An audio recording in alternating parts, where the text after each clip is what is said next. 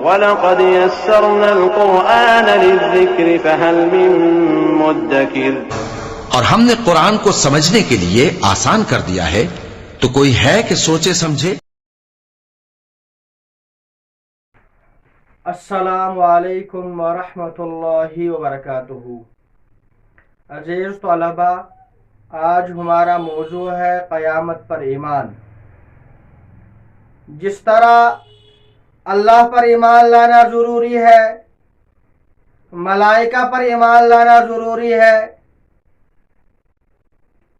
اللہ کی کتابوں پر ایمان لانا ضروری ہے، پیغمبروں پر ایمان لانا ضروری ہے، اسی طرح آخرت پر ایمان لانا بھی ضروری ہے۔ یعنی یہ دنیا عارضی دنیا ہے، یہ دنیا ایک دن اللہ تعالیٰ کے حکم سے ختم ہو جائے گی، اس دنیا کا نظام درہم برہم ہو جائے گا، سوائے اللہ تعالیٰ کی ذات کے جو ہمیشہ سے ہے اور ہمیشہ رہے گی۔ اللہ کے علاوہ ہر چیز کو اور ہر مخلوق کو اس دنیا میں فنا ہونا ہے۔ اللہ تعالیٰ نے انسانوں کو اپنی اطاعت اور اپنی عبادت کے لیے پیدا کیا ہے۔ اللہ تعالیٰ پر ایمان لانے کے لیے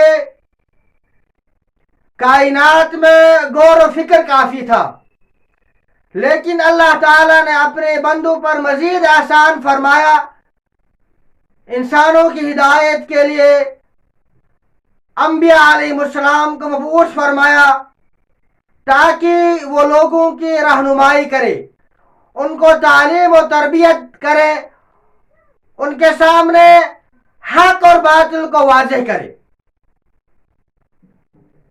سیدھا راستہ کیا ہے اور غلط راستہ کیا ہے۔ جس دن خود انسانوں پر یہ بات واضح ہو جائے گی کہ اب مزید کسی انسان کی ہدایت کے امکانات موجود نہیں ہے، اسی دن اس کائنات کا نظام درہم برہم ہو جائے گا، چاند سورج ستارے سب ٹوٹ کر گر پڑیں گے اور زمین کے اندر زلزلہ آ جائے گا اور پہاڑ ریزہ ریزہ ہو جائیں گے اور یہ کائنات تباہ اور برباد ہو جائے گی، اور اسی کائنات کا جو نظام درہم برہم ہو جائے گا، اسی کا نام قیامت ہے۔